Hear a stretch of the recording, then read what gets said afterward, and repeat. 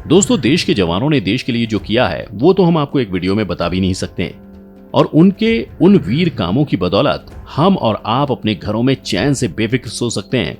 और आज की इस वीडियो में हम आपको ऐसे ही एक जवान की कहानी सुनाने जा रहे हैं। 1947 में अंग्रेजों ने गुलाम भारत को आजाद करने का फैसला लिया। देश आजाद तो हुआ, मगर उसके दो टुकड़े हो चुके थे। बंटवारे के बाद पाकिस्तान की नजर पूरे कश्मीर पर थी। ऐसी परिस्थिति में हमारे देश के वीर सिपाहियों ने विरोधी पाकिस्तान से जमकर लोहा लिया था। उन्हीं वीर सपूतों में एक नाम था नायक जदुनाथ सिंह का। देश के इस वीर सिपाही ने न सिर्फ अपनी मुट्ठी भर टुकड़ी का कुशल नेतृत्व किया, बल्कि अंत में पाकिस्तान के सैनिकों पर अकेले ही जमकर गोलियां बरसाईं।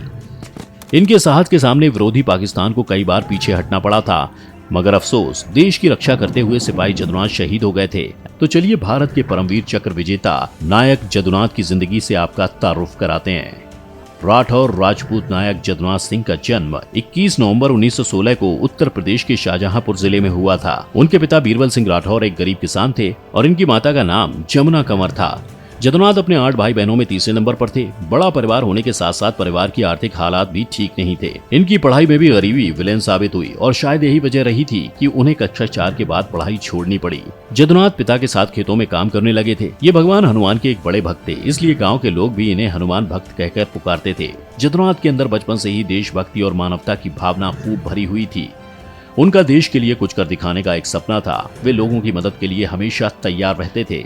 जदुनाथ अपने गांव में पहलवानी भी किया करते थे। इसकी वजह से इन्हें आसपास के गांव में कुश्ती चैंपियन के तौर पर पहचान मिली।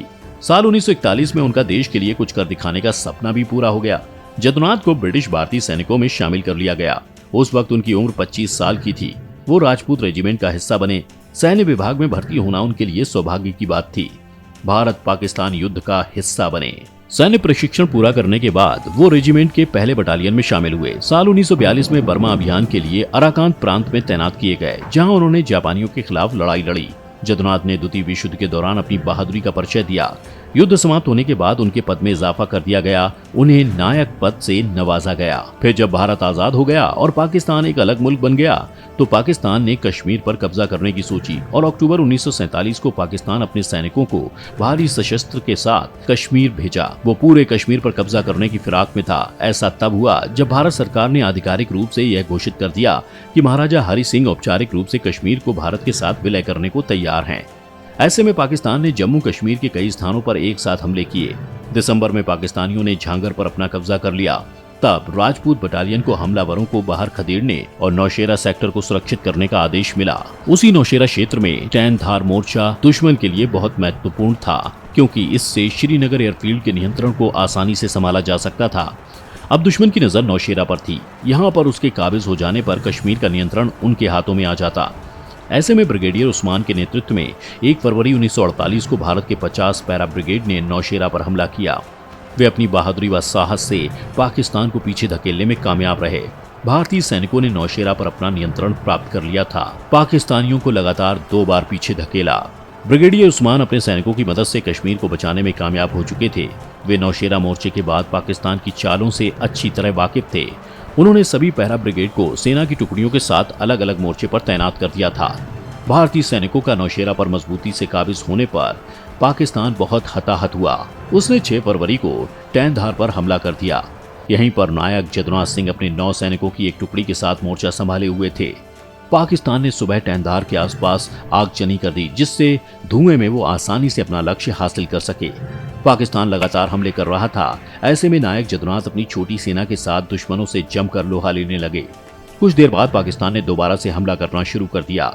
उसके सैनिकों व हथियारों में बढ़ोतरी हो चुकी थी। वहीं नायक जदुनाथ के 4 सैनिक घायल हो गए थे। ऐसे में नायक जदुनाथ अपने बचे सैनिकों का लगातार प्रोत्साहन कर रहे थे। वे दुश्मनों से बड़ी बहादुरी व वीरता से लड़ रहे थे। अचानक विरोधियों ने उन्हें भी घायल कर दिया। जख्मी होने के बावजूद जदुनाथ ने हिम्मत नहीं हारी। उन्होंने अपने साहस का परिचय दिया और लड़ते रहे। उनके जोश को देखते हुए घायल सैनिकों को भी बल मिला। वे भी दोबारा दुश्मनों पर हमला करने लगे। जदुनाथ दूसरी बार मोर्चा लेते हुए पाकिस्तान को पीछे धकेल चुके थे। उनके कुछ सैनिक शहीद भी हो चुके थे। पाकिस्तानी अभी भी हमले की फिराक में थे। वहीं ब्रिगेडियर उस्मान ने जदुनाथ को बैकअप देने के लिए सेना की एक टुकड़ी को भेजा, मगर जब भारतीय सेना की वह टुकड़ी यहां पहुंचती, दुश्मनों ने तीसरी बार जवाबी कार्रवाई शुरू कर दी।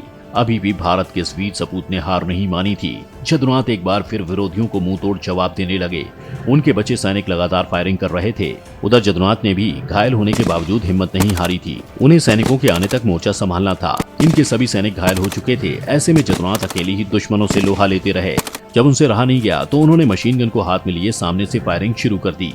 तब दुश्मनों की 2 गोलियों ने नायक जदुनाथ को अपना शिकार बना लिया। एक गोली इनके सिर में जबकि दूसरी इनके सीने में आ लगी। जदुनाथ रणभूमि पर गिर गए और बड़ी निडरता के साथ दुश्मनों से लड़ते हुए शहीद हो गए। इनके शहीद होने पर बैकअप वाली सेना वहां पहुंच चुकी थी। उसने पाकिस्तान को तीसरी बार पीछे धकेलने पर मजबूर कर दिया। ऐसा सिर्फ जदुनाथ के कुशल नेतृत्व व निडरता के कारण ही संभव हो सका था। 6 फरवरी 1948 को शहीद होने वाले नायक जदुनाथ को बाद में भारतीय सेना के सर्वोच्च पुरस्कार परमवीर चक्र से भी नवाजा गया। इस तरह भारत पाकिस्तान के युद्ध में पाकिस्तान से कश्मीर बचाने वाले सैनिक में से एक नाम जदुनाथ का भी है, जिन्होंने अपनी वीरता से पाकिस्तानी सैनिकों के छक्के छुड़ा दिए थे। उन्होंने देश के लिए अपनी जान तक कुर्बान कर दी। तो ये थी परमवीर चक्र विजेता नायक जदुनाथ की वीरता की कहानी। आपको अगली वीडियो में ऐसी ही भारत के और वीर सपूतों की कहानी देखनी है तो हमें कमेंट में बताएं। वीडियो अगर पसंद आई हो तो इसे लाइक और शेयर करें और चैनल को सब्सक्राइब करना ना भूलें।